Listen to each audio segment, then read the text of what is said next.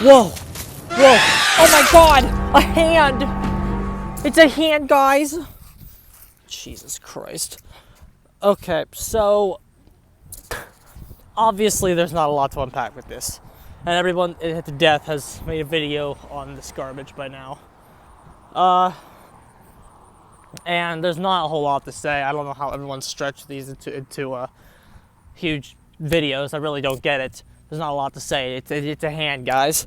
Now, the two main theories of speculation are that it's a Wendigo, or that it might even be another member of the Yamaoka family, because the thing has kind of a bluish tint to it. Okay, I'm here to say who gives a shit. Who the fuck gives a shit what this is? What matters is how they play. It doesn't matter who they are. And you know what? How they play is going to be very, very obvious. I wonder if this killer is going to have a way to move that isn't 115 movement speed. Whoa, I wonder if the killer's power is going to let them speed up a little bit. I wonder if the killer's power is going to let them have an alternate way to attack survivors. Oh, how many more times are we going to do this? Like, I know the game, I know what's good in Dead by Daylight is very clear by now, so if you want your killer to be even a mid-tier, they have to do certain things. Like, for God's sakes, look at Shitslinger. We still don't even know if he's low tier or not. The only reason Pyramid Head has survived is because he counters DS. That's the only reason he survived. But in the high tiers, he's dropping to mid tier. But he's still only there because of a DS counter. If he didn't have the DS counter, he'd be low tier. But the point of this is, if you want the killer to be good, they have to do certain things. Okay? And this has led to some pretty repetitive character design. The killer's gonna have a way to get around the map. Yeah, because 115 is ass. How about instead of restricting yourselves to some fucking repetitive character design, you make 115 viable? How about that? You make base 115 movement okay to have. And you're not just dead if you just have a kit with that. Which, to be fair, Pyramid Head, they certainly tried. But, like, if you want to have a decent mid-tier in this game, decent mid-tier in quotes, because all mid-tiers are bad versus SWF. If you want to have a killer that gets out of low tier, a pretty true and tested formula is make him run fast and make him hit being able to hit survivors. Now, obviously, the one character that breaks this rule is Legion, because he just gets so striked by Dead Hard and competent teams. The way he's trying to do, because Legion relies on injures versus being able to actually down somebody really fast. But that's beside the point. But the major issue here is that this chapter, above all else, is showing showcases that the game has flaws, and the problem is that Survivor's too strong.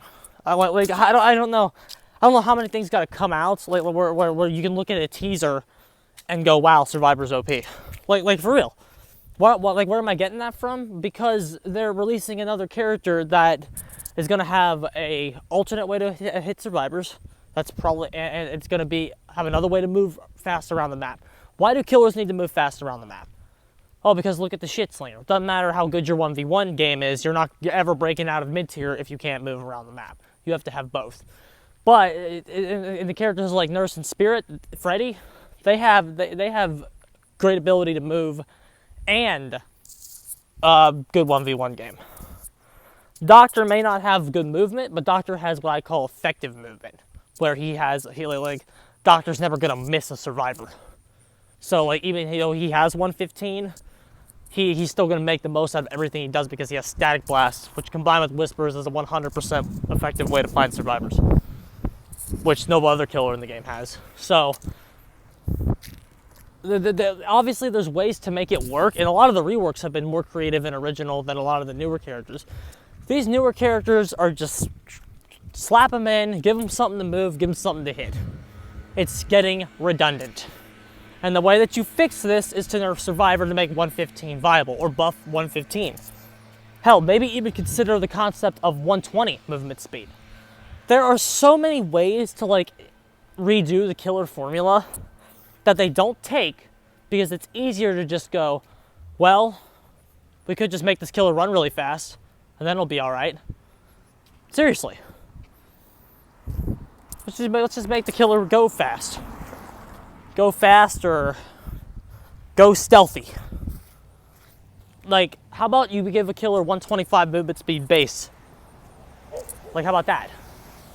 And then you don't even, like, maybe you don't even give them a power or something. You just could make them, I don't know. You give them 125 movement speed and that's part of their power. Like you do something that hasn't been done yet. This concept of, oh, this killer's probably gonna run around on all fours and then that's gonna move their movement speed up to maybe 130 as they move. They like what's there to do with that, bruh? Like what? Next you're gonna tell me they're gonna have limited turning while they're in that movement? Oh, I'm sure they are. Maybe like he's gonna be slower than Blight, but has higher turning like the pig. Like, is that what he's gonna do? Like for real? This is what we're going with, guys. It's obvious that this, like every one of these chapters is appearing more and more rushed. The Blight, thank God, has aged well, because Blight looked rushed too at first, but at least he turned out all right. It's just that Oni is rushed. As much as I love Oni, you can't say he wasn't rushed. Oh, just give him an ability that gives him an instant down and better movement when he hits enough people. Like that's rushed. Thank God simplicity can be effective sometimes. That's why Oni's so good. But like, I'm not excited, bro. This is weak. This is weak. If the rest of the chapter is as weak as the last chapter, this is going to be very uneventful. The quality of these chapters is decreasing and decreasing and decreasing. When are we going to take a break? When are we going to start looking at the game's health? Why can't we have a chapter 19 dedicated to bug fixes and balance updates? Why do we have to even have chapters? Maybe next year, Behavior should try a 2 chapters a year formula instead of 4. But that's not going to fill their pocketbooks. So it doesn't matter if it's better for the game's health. If they devoted half the time of the year to fixing stuff as they did to pumping out new shit, we wouldn't be in situations like this, where this looks really awful. But this looks horrible, bro. This looks really, really awful. And I do not give a flying fuck about this. PTB drops this week, right? I don't give, like, who gives a flying fuck about this shit, bro? Just fuck this. I mean, I'll play the hypocrite still and keep everyone updated, but this just looks truly, truly wretched. All right, I'm getting out of here. There's not a lot to say other than that.